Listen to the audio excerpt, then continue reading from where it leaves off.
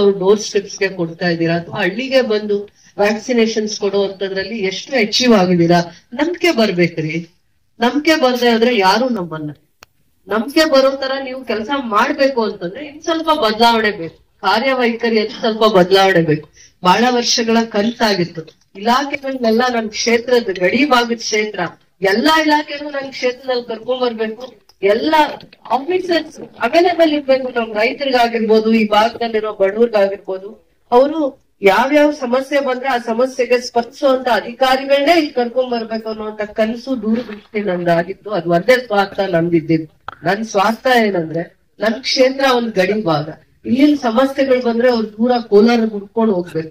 ಕೋಲಾರ ಹುಡ್ಕೊಂಡು ಹೋಗ್ಬೇಕು ಅಂದ್ರೆ ಅರ್ಧ ದಿನ ಅವ್ರೆಲ್ಲಾ ಕೆಲಸ ಪಕ್ಕಕ್ಕಿಟ್ಟು ಅರ್ಧ ದಿನ ಅಧಿಕಾರಿ ಸಿಗ್ತಾರೋ ಇಲ್ಲೋ ನಮ್ಗೆ ಗೊತ್ತಿಲ್ಲ. ಒಂದ್ ಅರ್ಧ ದಿನ ಬೆಳಿಗ್ಗೆ ಎದ್ದು ಹೋದ್ರೆ ಮಧ್ಯಾಹ್ನವರೆಗೂ ಅವ್ರನ್ನ ಹುಡ್ಕೊಂಡು ಅಥವಾ ಸಂಜೆ ವಾಪಸ್ ಬರುವಂತ ಪರಿಸ್ಥಿತಿ ಆಗ್ತಾ ಇತ್ತು.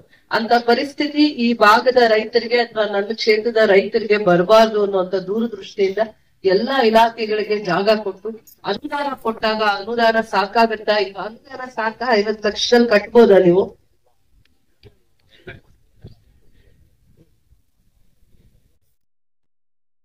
ಫಿಕ್ಸ್ ಆಗಿರೋದು.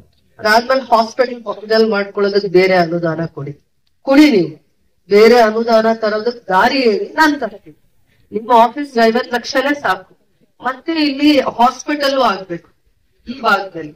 ಇದಕ್ಕೆ ಅನುಕೂಲ ಆಗುತ್ತೆ. ಒಂದ್ 5 ಪಂಚಾಯತಿಗೆ ಹತ್ರ ಆಗುತ್ತೆ. ಪಾರಳ್ಳಿ ಪಂಚಾಯತಿಗೆ ಹತ್ರ ಆಗತ್ತೆ, ಕ್ಯಾಸಂಬಳ್ಳಿಗೆ ಹತ್ರ ಆಗತ್ತೆ, ಕಂಸಂದ್ರಕ್ಕೂ ಇದೇ ಹತ್ರ ಆಗತ್ತೆ. ಈ ಕಡೆ ಘಟ್ಮಾದ್ಮಂಗ್ಲ ಪಂಚಾಯತಿ, ಮಾರಿಕು 5 ಪಂಚಾಯತಿಗೆ ಹತ್ರ ಆಗತ್ತೆ. ಇದು ಇನ್ನೊಂದು ಮಾಡಿದೀರಾ, ಆದ್ರೆ ಅದು ನಗರ ಭಾಗಕ್ಕೆ ಸ್ವಲ್ಪ ಜಾಸ್ತಿ ಅನುಕೂಲ ಆಗುತ್ತೆ. ಆಂಧ್ರದಲ್ಲಿ ಬೇಡಿದ್ದು ಮಿಕ್ಕಿದ ಬಾಡಿಗೆಯಲ್ಲಿದ್ದಾರೆ. ಅವ್ರ ಆಫೀಸ್ ಅಡ್ರೆಸ್ ಕೂಡ ಯಾರಿಗೂ ಗೊತ್ತಿಲ್ಲ. ಇಲ್ಲಿಗೆ ಮಾಡ್ಬೇಕಲ್ಲ, ಅಲ್ಲಿಗೆ ಮಾಡಿ.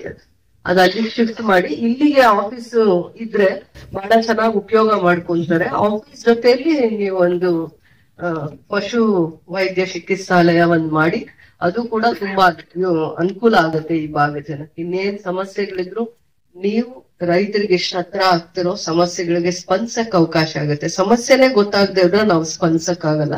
ಅದ್ರ ಬಗ್ಗೆ ಒಳ್ಳೆ ಕಾರ್ಯಕ್ರಮಗಳನ್ನ ಮಾಡಿ, ಮತ್ತೆ ನನ್ನ ನೇಬರ್ ಒಬ್ರು ಸೈಂಟಿಸ್ಟ್ ಒಂದು ಕಾರ್ಯಕ್ರಮ ಮಾಡ್ತಾ ಇದ್ದಾರೆ, ಡೈರೆಕ್ಟರ್ ಜೊತೆ ಮಾತಾಡ್ಕೊಂಡು.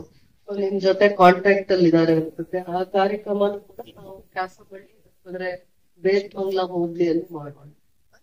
ನನಗ್ ಡೇಟ್ ಕೇಳೋದು, ಬಟ್ ನೀವು ನನ್ ಡೇಟ್ ತಗೊಂಡು ಅವರಿಗೆ ಅಪ್ಡೇಟ್ ಮಾಡಿ. ಹೌದಲ್ಲ, 150 ಜನ ರೈತರಿಗೆ ಏನ್ ಮಾಡ್ತೀನಿ ಅಂತ ಕ್ಯಾಂಪ್ ಮಾಡ್ತೀನಿ. ಒಂದ್ 8,000 to 10,000 ವ್ಯಾಲ್ಯೂ ಇರೋಷ್ಟು ರೈತರಿಗೆ ಆಯ್ತು. ಆ ಕಾರ್ಯಕ್ರಮದಲ್ಲಿ ಹೇಳೋಣ.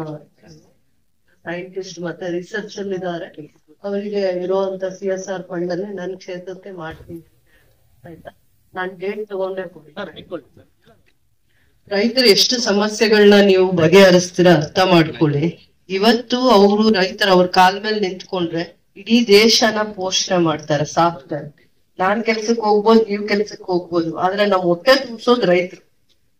ನಮ್ ಹೊಟ್ಟೆನ ತುಂಬಿಸೋ ಅಂತವ್ರು ನಿಸ್ವಾರ್ಥವಾಗಿ, ಲಾಭ ಇದೆಯೋ ಇಲ್ಲೋ ಲಾಭ ಮಾಡ್ಕೊಡೋದು ನಮ್ ಧರ್ಮ ಆಗ್ಬೇಕು. ಅವರಿಗೆ ಲಾಭ ಬರುತ್ತೋ ಇಲ್ಲೋ ಅದೊಂಥರ ಲೈಫ್ ಸ್ಕಿಲ್ಸ್. ಅವ್ರು ಯಾರು ಹೇಳ್ಕೊಡ್ದೆ ಕಲಿಯುವಂತ ಲೈಫ್ ಸ್ಕಿಲ್ಸ್. ಅವರು ಬದುಕ್ತಾರೆ, ಅವ್ರು ಇಡೀ ಬೇರೆ ನಮ್ಮನ್ನು ನಮ್ಮ ಹೊಟ್ಟೆ ತುಂಬಿಸ್ತಾರೋ. ಅವ್ರು ಬದುಕ್ತಾರೋ ಇಲ್ಲ, ಅವ್ರಿಗೆ ಲಾಭ ಬರುತ್ತೋ ಇಲ್ಲೋ ನಮಗೆ ಗೊತ್ತಿಲ್ಲ. ಸಾಲಗಾರ ಆಗ್ತಾರೆ, ಸಾಲ ಮಾಡ್ಕೊಂತಾರೆ.